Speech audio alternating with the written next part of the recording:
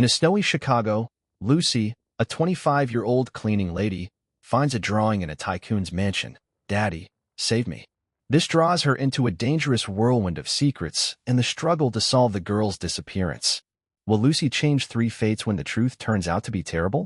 The desert air was cool at 4:30 a.m., slicing through the open window of Tahoma Dine's modern home on the outskirts of Phoenix, Arizona. He woke without an alarm, as he had for decades, his body tuned to the rhythm of discipline. At 52, Tahoma was a senior aerospace engineer, a man who built systems that could withstand the void of space. Yet his own home felt like a vacuum, silent, expansive, and devoid of warmth. The sleek architecture, with its glass walls and minimalist furniture, seemed to amplify the emptiness. He rose, stretched, and moved through the dark house with the precision of routine. In the kitchen, Tahoma prepared a lunch for his wife, Nye, as he had for 25 years. Turkey on whole grain bread, no mayo, extra mustard, with a sliced apple on the side. It was a small act of devotion, though Nye hadn't acknowledged it in years. He placed the lunch in a reusable container, setting it neatly in the fridge. The coffee maker gurgled, filling the room with a familiar hum as he leaned against the counter, staring out at the shadowed saguaro cacti beyond the window. The house was too quiet for a family of three, or what was left of one.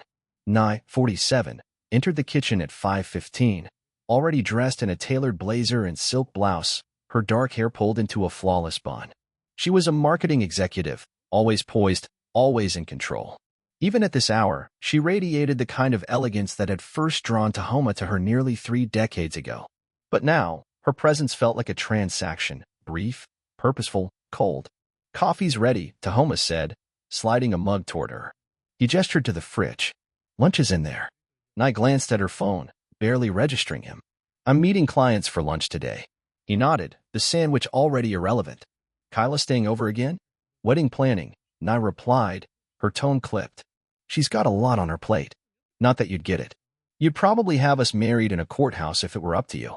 The jab landed, sharp and familiar. Tahoma let it pass, his face unreadable. Their own wedding had been simple, a small ceremony in Flagstaff, all they could afford when he was still a junior engineer and she was climbing the corporate ladder. He thought it was enough back then. Before he could respond, footsteps echoed down the hall. Kyla, their 24-year-old daughter, swept into the kitchen, phone pressed to her ear, mid-conversation. "No, I said the florist needs the deposit by tomorrow, not next week. Fix it." She ended the call with a huff, grabbed Tahoma's coffee mug from the counter, and took a sip without a glance his way.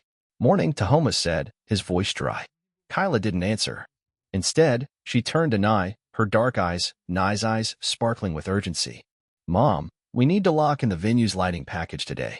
Noah's family is driving me up the wall about it." "We'll handle it," Nye assured her, her voice softening in a way it never did for Tahoma. She placed a hand on Kyla's arm, a gesture of alliance. Then, to Tahoma, she added, "You're heading to work soon, right?" It wasn't a question. Tahoma checked his watch 45 minutes before he needed to leave, but the dismissal was clear. "Yeah, I'll grab my things." As he left the kitchen, Kyla's voice dropped to a whisper, though not low enough. "God, he's so predictable. Just standing there like a robot." Nye's laugh followed him down the hall, sharp and crystalline. "Always has been. Like sharing space with a filing cabinet." Tahoma pretended not to hear. He gathered his briefcase in the study, the walls lined with framed patents and awards from his career at a leading aerospace firm. His phone buzzed, pulling him from the sting of their words. A bank alert. Purchase at Sedona Bridal Boutique, $8,000. He froze. Kyla's wedding was months away, but no one had mentioned a dress. Not the shopping trip, not the cost, not even a hint. His thumb hovered over the screen, a knot forming in his gut. He pocketed the phone and headed for the door. Neither Nye nor Kyla looked up as he called out, "I'm leaving." The silence was louder than their earlier mockery. The drive to his office in downtown Phoenix was a blur of red taillights and early morning radio. Tahoma's mind churned, replaying the morning slights, the bank alert, the growing distance in his home. By the time he parked, the knot in his stomach had tightened into something else, suspicion. At the office, he settled into his corner workspace, surrounded by blueprints and 3D models of satellite components. But focus eluded him. The numbers on his screen blurred as he opened the banking app again, scrolling through recent transactions. There it was, $8,000, charged yesterday. He tapped for details, but the description was vague. just the boutique's name and a reference number. Rough morning, a voice interrupted. Tahoma looked up to see Sita, his colleague of 15 years, leaning against the doorframe. At 50, Sita was a senior engineer from the Hopi tribe, her dark eyes sharp with insight. She'd been his sounding board through countless projects, her blunt honesty a rare constant in his life. Something like that, Tahoma said, minimizing the banking app. Sita stepped inside, closing the door. You look like you're troubleshooting a failing system. What's up? He hesitated. Admitting doubt felt like betraying the life he'd built. But Sita's gaze was steady, unjudging. A charge on my card. $8,000 for a wedding dress. Nobody told me. Sita's eyebrows shot up. 8,000. And you're just now hearing about it. Yeah. He rubbed his temple. It's probably nothing. Kyla's wedding is a big deal. Nothing. Sita crossed her arms. Tahoma, we've known each other too long for you to play that card. People don't drop that kind of money without a word unless they're hiding something. Check your statements. All of them. He wanted to argue, to defend the family he'd poured his life into. But her words struck a chord. You think I'm overreacting? I think you're underreacting, she said. You're the guy who triple checks a bolt's torque before launch. Apply that to your own house. Tahoma managed a half smile. Fair point. After Sita left, he stared at his computer, her advice echoing. On impulse, he logged into his bank account and pulled up the last 6 months of transactions. Most were routine, mortgage, utilities, groceries. But then he saw it. A $2,500 charge at a jewelry store last week, labeled gift. He hadn't bought jewelry. Another, $1,200 at a spa in Scottsdale, dated for a weekend when Nye had said she was visiting her sister in Tucson. His pulse quickened. He scrolled further. A pattern emerged. Smaller charges, $300 here, $500 there, at restaurants he'd never been to, hotels he'd never stayed in. Some were linked to Kyla's card, which he'd co-signed for emergencies. A $4,000 withdrawal marked as textbooks stood out, timestamped the same day Kyla had asked for $200 to fix her car. This wasn't carelessness. This was deliberate. Tahoma leaned back, the office suddenly too small. The life he thought he knew, the quiet sacrifices, the unspoken loyalty, was unraveling with every click. He closed the app, his jaw tight. Sita was right. He needed to dig deeper, not for answers, but for the truth. And whatever he found, he'd face it like he faced every challenge, methodically, unflinchingly, alone. The Phoenix skyline glowed faintly against the pre-dawn sky as Tahoma Dine sat in his study, the house around him silent except for the hum of his laptop. It was 4:45 a.m., too early for the world to stir, but sleep had eluded him since that morning's discovery. The bank alert, $8,000 for a wedding dress he hadn't been told about, had cracked open a door in his mind, one he'd kept locked for years. Now, with Sita's words echoing, apply that to your own house, he was ready to step through it.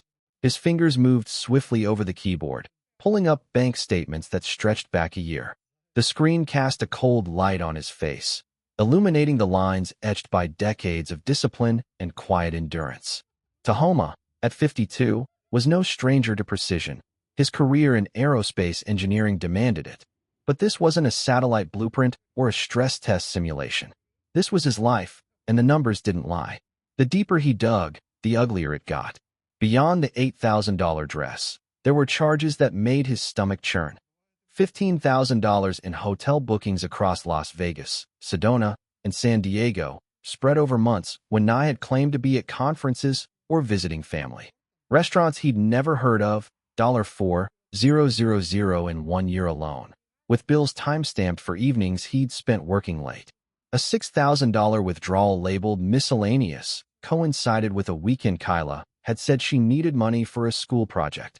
His daughter's card, tied to his account, showed purchases at boutiques, spas, and jewelers, none of which matched the frugal life she'd described. Tahoma paused, his breath shallow. He'd co-signed Kyla's card for emergencies, trusting her at 24 to be responsible.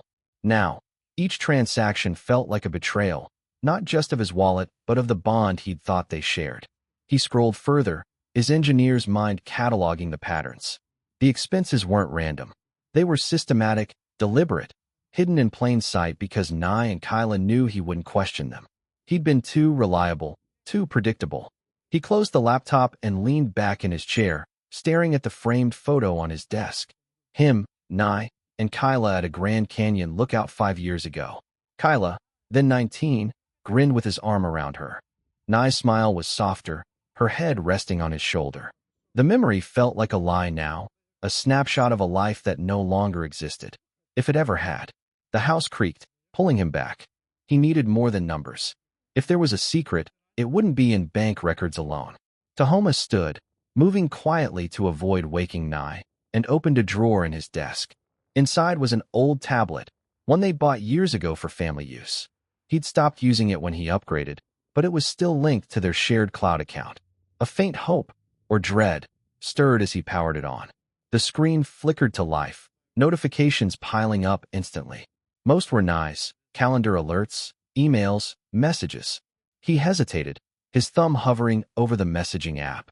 This was a line he'd never crossed, a violation of the trust he'd held sacred. But trust, he realized, had been a one-way street. He tapped the icon. The first thread was with someone named Waylon K. Tahoma's heart stopped. The messages stretched back years, a digital trail of a life he'd been excluded from. He scrolled, each word a blade. Waylon, he's gone this weekend. Meet me at the Sedona resort. Nye booked it. Kyla's covering, girls' night, she'll say. Waylon, smart kid. She knows? Nye, enough to keep quiet. She's my girl. Further up, a message from Kyla to Nye, dated last month. Dad's so clueless. He didn't even blink when I said the car needed $500. Use my card for the spa, Mom. Tahoma's grip tightened on the tablet. He opened the photos, his hands trembling slightly. Hundreds of images loaded. Nye and a man. Waylon, he presumed. In restaurants, on beaches, in hotel rooms. One showed them laughing at a vineyard, Nye's arm around his waist. Another was a selfie of Kyla, smirking at a beach house, with Waylon in the background raising a glass. Her caption, best wingman ever. He clicked on a video, the sound low. Kyla's voice filled the room, light and mocking. To the real MVP. The camera panned to Waylon, who winked. Keeping it smooth, kid, he said. Kyla laughed, turning the camera back to herself. Don't worry, Dad's got no idea. The tablet slipped from his hands, landing softly on the desk. Tahoma sat motionless, the weight of it all pressing against his chest. This wasn't just an affair. It was a conspiracy, a shared secret that turned his daughter into an accomplice. The girl he'd raised, whose scraped knees he'd bandaged, whose college tuition he'd paid, had mocked him alongside her mother. And Waylon, some stranger, had been welcomed into their inner circle while Tahoma was left outside. He stood, pacing the study to keep the anger from boiling over. His first instinct was to storm upstairs, confront Nye, demand answers. But he stopped himself. Confrontation without evidence was a losing game. He needed more, proof that couldn't be denied, a foundation as solid as the systems he built for orbit. And there was one question that burned brighter than the rest. Was Kyla even his? The thought had crept in as he read the messages, a whisper he couldn't shake. Kyla's birth had come early in their marriage, a joyful surprise, or so he'd thought. Now, the timeline felt suspect. He opened his laptop again, searching for DNA testing kits. A discreet lab in Tempe offered expedited results, no questions asked. He bookmarked it, his jaw tight. If the truth was a cliff, he was ready to jump. By the time the sun rose, Tahoma was back in the kitchen, brewing coffee as if nothing had changed. Nye appeared, her routine unchanged, scrolling through her phone. You're up early, she said, not looking at him. Couldn't sleep, he replied, his voice steady. He handed her a mug, watching her take it without a glance. Big day. Always, she said, already turning away. Kyla's meeting me later. Wedding stuff. Sounds important. He kept his tone neutral, but his eyes followed her, noting the ease of her lies. She didn't suspect a thing. At work, Tahoma's focus was mechanical, his hands moving through tasks while his mind churned. Sita stopped by his desk at noon, her expression guarded. You okay? You've got that look, like you're solving a problem nobody else sees. He met her gaze, weighing how much to share. Sita had always been straight with him, a rare ally in a world of facades. I checked the accounts, he said quietly. It's worse than I thought. She leaned closer, lowering her voice. How bad? Years bad. Hotels, trips, purchases. And Kyla's in on it. Sita's eyes widened, but she didn't flinch. You sure? Messages. Photos. Enough to know I've been played. He paused, the next words heavy. I'm getting a DNA test. She exhaled slowly. That's a big step, Tahoma. Whatever you find, it'll change things. They're already changed, he said, his voice firm. I just need to know how far the lie goes. Sita nodded, her hand resting briefly on his shoulder. You're not alone in this. But be careful. Truth like that, it cuts deep. He managed a nod, her warning settling into him. After she left, he ordered the DNA kit online, paying for express delivery. Then he downloaded every message, every photo, every bank statement he could access, saving them to an encrypted drive. The engineer in him demanded order, a blueprint for what came next. But the man in him, the husband, the father, felt the ground slipping away. As he drove home that evening, the desert stretched endless and unforgiving around him. He'd spent his life building things to last, marriages, families, futures. Now, he saw cracks in the foundation, ones he'd ignored too long. Nye and Kyla expected him to stay blind, to keep playing the role of the dependable fool. But Tahoma was done with illusions. Whatever came next, he'd face it with eyes wide open. The Phoenix sun dipped low, casting long shadows across Tahomadines' new gym, a 24-hour facility tucked in a Tempe strip mall. At 52, he'd never been one for fitness fads, but the weights offered something his study couldn't, clarity through exertion. It was 9 p.m., 3 weeks since he'd uncovered Nye's affair and Kyla's complicity, and Tahoma was reshaping more than his body. Each lift, each burn, grounded him in a reality he could control, unlike the house of lies he'd called home. He joined the gym after a sleepless night, needing an outlet for the rage that simmered beneath his calm exterior. The DNA test was in transit, but he already suspected the truth about Kyla. The messages, the photos, the casual cruelty, they painted a picture of a family that wasn't his, not in the way he believed. Yet anger alone wouldn't rebuild what was broken. Tahoma needed a plan, one as precise as the systems he engineered for orbit. He finished a set of deadlifts, sweat beading on his brow, when a voice broke through. Solid form for a newbie. A man in his 60s, lean and grizzled, nodded from a nearby bench. Name's Derek. Trainer here. You running from something or toward it? Tahoma set the bar down, catching his breath. Maybe both. Derek chuckled, wiping down his equipment. Seen that look before. Divorce or midlife crisis? Call it a wake-up, Tahoma said, offering a half-smile. I'm Tahoma. Well, Tahoma, the iron's honest. Same weight every time, no games. Derek extended a hand, his grip firm. Stick with it. Clears the head. The words lingered as Tahoma drove home, the city lights blurring past. Honesty, that's what he craved now, what he'd been denied for years. Back in his study, he opened the encrypted drive he'd started, now bulging with evidence. Nye's messages with Waylon K., bank statements showing $25,000 in unexplained charges over 2 years, photos of secret trips. He'd hired a private investigator, a discreet contact recommended by his friend Ian, to track Nye's movements. The first report had arrived yesterday. Nye and Waylon met twice weekly, often at a Scottsdale hotel, with Kyla occasionally joining them for dinner, laughing, carefree, complicit. The tablet buzzed with a new notification. Tahoma hesitated, then opened it. Another message from Nye to Waylon. He's acting weird. Quieter than usual. Think he knows. Waylon's reply was swift. Nah, he's too busy playing provider. Kyla says he's clueless as ever. Tahoma's jaw tightened, but he saved the exchange.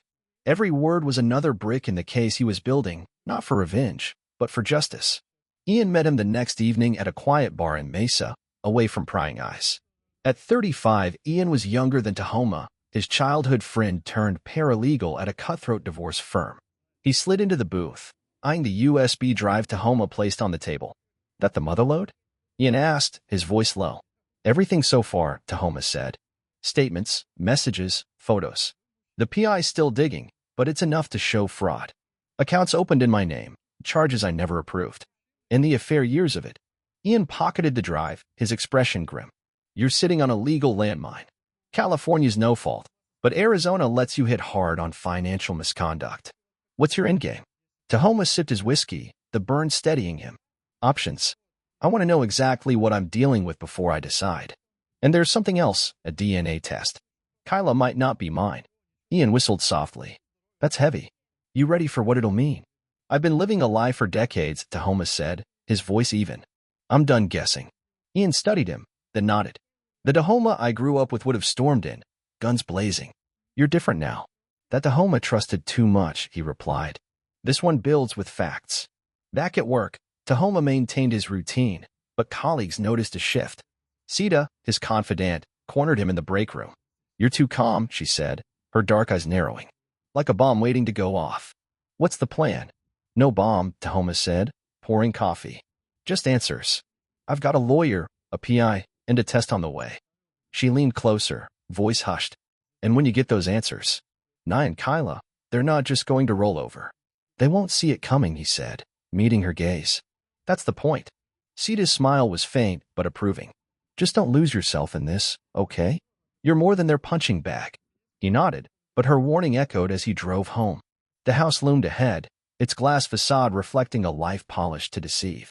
Inside, Nye was in the living room, scrolling through wedding plans on her laptop. Kyla lounged nearby, texting furiously. Neither acknowledged him as he passed, but their silence felt heavier now, laced with secrets he was unraveling. That night, Tahoma found Kyla's hairbrush in the guest bathroom, strands still tangled in the bristles. He carefully extracted several with roots intact, sealing them in a sterile envelope for the DNA lab. The act felt clinical, detached, like prepping a component for testing. But as he mailed it the next morning, paying cash at a Tempe post office, a pang hit him, not for Kyla, but for the father he'd been, the one who'd believed in her unconditionally. Days later, Nye cornered him in the kitchen, her tone all business. We need to talk about Kyla's wedding, she said, arms crossed. It'd be better if you didn't come. Tahoma paused, slicing vegetables for dinner. You want me to miss my daughter's wedding? It's not about want, Nye snapped. Kyla stressed. Noah's family is traditional. They expect a certain image. You'd stick out, Tahoma. You always do. He set the knife down, his pulse steady despite the insult. What does Kyla say? She agrees, Nye said, her eyes daring him to argue. It's her day. On cue, Kyla appeared, phone in hand. Agree with what? That your dad shouldn't come, Nye said smoothly. It simplifies things. Kyla shrugged, not even glancing at him. Yeah, makes sense. It's expensive per head, Dad. And you're not exactly Mr. Social. Tahoma studied her face, searching for the girl he'd raised. Her eyes, cold and dismissive, held no trace of her. If that's what you want, he said finally. Relief flashed across Nye's face, quickly masked. We'll say you're traveling for work. No need to make it weird. No need, Tahoma echoed, his voice calm. Inside, a plan crystallized. They'd handed him the perfect stage. He started moving assets the next day, guided by Ian's advice. A new account in his name alone, untouchable by Nye. A lease on a modest apartment in Tempe, paid 6 months in advance. He met with an attorney, a shark named Lena Yazzie who specialized in fraud and infidelity cases. You've got a slam dunk, she told him, reviewing the USB drive. But it's not just money. You're dismantling a life. You sure? I'm sure, Tahoma said. They dismantled it first. At the gym, Derek noticed his intensity. You're lifting like a man with a mission, he said, spotting Tahoma's bench press. What's driving you? Truth, Tahoma grunted, pushing the bar up. No lies, no games. Derek grinned. That's the spirit. Keep it clean, though. Whatever you're planning, don't let it twist you. The advice stuck as Tahoma prepared for the next phase. He wasn't just gathering evidence, he was rewriting his future. Nye and Kyla thought they'd cornered him, erased him from their perfect picture. But Tahoma Dunn was no ghost. He was steel, tempered by betrayal, and he was ready to strike. The Sedona sun blazed over red rock cliffs, bathing the Biltmore resort in a golden haze. The venue was a vision of opulence, towering floral arches, crystal chandeliers, a string quartet weaving melodies through the air. Kyla Dine's wedding was a masterpiece of excess, every detail curated to dazzle. But Tahoma Dine, standing at the edge of the grand ballroom, wasn't here to celebrate. At 52, he'd come to reclaim the truth stolen from him, dressed in a tailored black suit that felt like armor.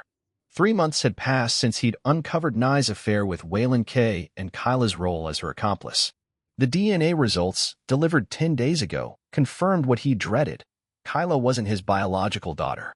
The blow hadn't broken him, though, it sharpened his resolve. Nye and Kyla had uninvited him from the wedding, expecting him to fade quietly. Instead, he'd planned his entrance with the precision of an engineer plotting a launch trajectory. He slipped into the ceremony late, standing against the back wall as vows echoed.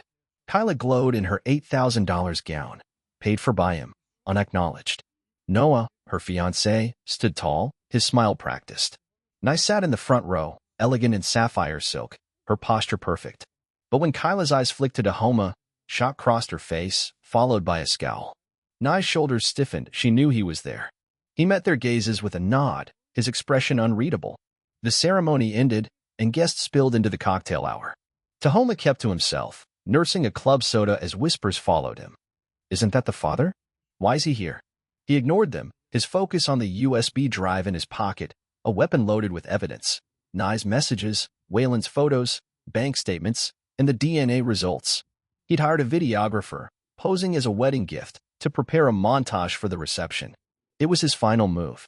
At dinner, Tahoma found his place card on a side table with overflow guests, Tahoma dine, +1 optional. The slight was deliberate, a public erasure. He picked it up, walked to the main family table, and set it prominently at an empty seat. Nye's smile faltered as he passed. Kyla avoided his eyes. He took a spot at a smaller table near the back, among distant cousins and Noah's awkward colleagues, who shifted uncomfortably in his presence. The toast began. Noah's father, a jovial man with a thick Texas accent, raised his glass. To Kyla and Noah, and their families, especially Tahoma, who's been a rock through it all. Murmurs rippled, heads turned. Tahoma raised his glass slightly, his face calm despite the spotlight. I stood next, her voice honeyed. Thank you all for sharing this day. As a mother, there's no greater joy than seeing your child loved. Her eyes flicked to Tahoma, sharp with disdain. Hope you're enjoying the view from the sidelines, Tahoma. You've always preferred it. Scattered laughs broke the tension, but Tahoma only smiled, his fingers brushing the USB drive. The trap was set. As dessert plates were cleared, Tahoma caught the DJ's eye and gave a subtle nod. The man, briefed earlier, stepped to the microphone. Ladies and gentlemen, before we cut the cake, we have a special tribute from the father of the bride. Let's dim the lights for a video montage. The crowd hushed, curious. Nye's brow furrowed. Kyla leaned toward her, whispering frantically. The screen at the front flickered on, and soft music played. It opened innocently. Kyla as a toddler, giggling into Tahoma's arms, family hikes in Flagstaff, her high school graduation. Guests cooed, lulled by nostalgia. Nye relaxed slightly, sipping her wine. Then the tone shifted. A text message appeared, stark white on black. Waylon, he's away this weekend? Sedona again? Nye, booked? Kyla's saying it's a spa day. Gasps punctured the silence. Another message. Kyla, Dad didn't even ask about the $500. Told you he's blind. The music stopped. A photo flashed, Nye and Waylon at a beach resort, her arms around him. Then a bank statement, $15,000 in hotel charges, highlighted. Another image, Kyla laughing with Waylon at a vineyard, captioned family time. The crowd stirred, whispers turning to murmurs. Kyla stood, her voice shrill. Turn it off. Now. But the video rolled on. A screenshot of Nye's message. He's too busy providing to notice. A hotel receipt from Las Vegas, dated the night Tahoma had worked late on a deadline. Then the final blow, a DNA test result. Kyla Dine, no biological relation to Tahoma Dine. The screen went dark. For a heartbeat, silence gripped the room. Then chaos erupted.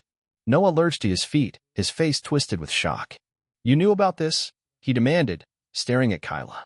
She stammered, mascara streaking as she reached for him. Noah, I can explain. Explain what? He snapped, stepping back. His parents stood, their expressions grim, and headed for the exit, half the guests trailing them. Nye gripped Kyla's arm, hissing, lower your voice. We'll fix this. Fix it. Kyla's voice broke, hysterical. My wedding's ruined. Noah won't even look at me. Across the room, a tall man in his 50s, Waylon, Tahoma realized, slipped toward the door, avoiding eyes. Noah's uncle, red-faced, shouted, Who the hell is that guy? A woman, presumably Waylon's wife, stood frozen at his table, her face pale with realization. Security moved in, calming the shouting. The wedding planner, a young woman named Arden, sat in a corner, sobbing into a napkin. Guests huddled in shocked clusters, their phones already buzzing with gossip. The quartet played on, oblivious, as the perfect day dissolved into pandemonium. Tahoma remained seated, watching the fallout. He felt no triumph, only a quiet certainty. The truth, buried for years, was finally everyone's burden. He stood, adjusting his tie, and moved toward the exit. Nye intercepted him, her face a mask of fury. You pathetic coward, she spat, her voice low to avoid attention. You think this makes you a man? Humiliating us in front of everyone.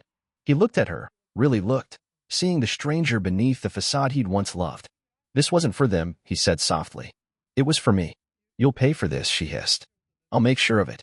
You already did, Tahoma replied, his voice steady. That's why I'm done. He walked past her, out into the Sedona night. The air was crisp, the stars sharp above the red rocks. Behind him, the ballroom's chaos faded, replaced by the hum of crickets.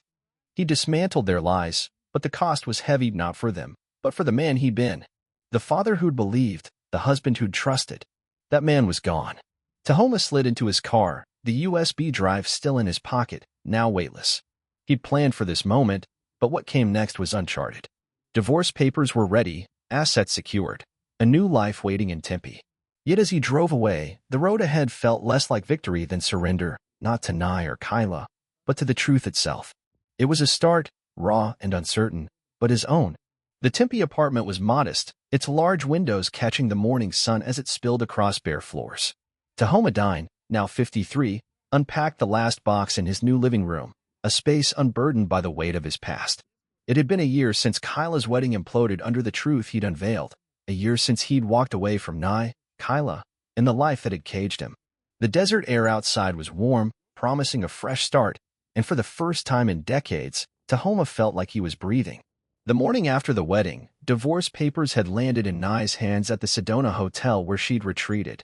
Tahoma's attorney, Lena Yazzie, had crafted a case airtight with evidence.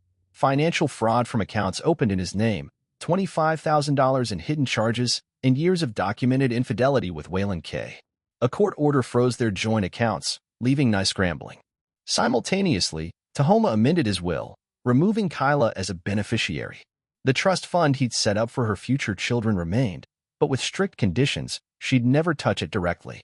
By noon, he'd moved into this apartment with his sister Lonnie's help, leaving the Phoenix house behind like a shed skin. Lonnie, his only blood family, had driven up from Tucson to unpack boxes and share takeout pizza. You're lighter, she'd said, her dark eyes warm. Like you've dropped 100 pounds of lies. Feels like it, Tahoma replied, meaning it. The house, with its glass walls and Nye's curated art, had never been his. This place, simple, functional, was. His phone had buzzed relentlessly that first day. 8 calls from Kyla, 5 from Nye, text ranging from rage to please. How could you do this? Kyla wrote. You've ruined everything. Nye's were colder. You'll regret this, Tahoma. I'll drag you through hell. He silenced the notifications without replying. Their words, like their promises, held no weight anymore. Sita, his colleague and friend, showed up that evening with more food and news. Word spreading, she said, setting Thai curry on his new counter. Waylon's wife filed for divorce this morning. Showed up at your old house, screaming about Nye. Guess she didn't know either. Tahoma shook his head, unpacking plates. I didn't mean to pull her into this. She deserved the truth as much as you did, Sita countered. They all did. The weeks that followed were a blur of new routines. Tahoma went to work, his focus sharper now, unclouded by domestic deception. He hit the gym nightly, Derek's gruff encouragement pushing him past physical limits. You're not just lifting weights, Derek had said one evening. You're building something. Don't stop. Tahoma hadn't. His body, like his life, was taking new shape. The divorce proceedings moved swiftly. Nye tried to play the victim, giving tearful interviews to local blogs about her unstable husband who'd ambushed their family. But the wedding video, leaked by a guest, went viral in Sedona's social circles. Nye's lies crumbled under the weight of screenshots and receipts. Her reputation, her currency, evaporated. Kyla, meanwhile, faced her own fallout. Noah annulled the engagement, his family cutting ties after the DNA revelation. She left voicemails begging Tahoma to fix it, but he deleted them unheard. Their problems were theirs now. One evening, 6 months in, his doorbell rang. Tahoma opened it to find Kyla, her face gaunt, eyes red. Can I come in? She asked, voice barely above a whisper. He studied her, the girl he'd raised but never truly known. No, he said, calm but firm. Her jaw dropped. Dad, please. I need to explain. There's nothing to explain, he said. You chose your side, Kyla. For years.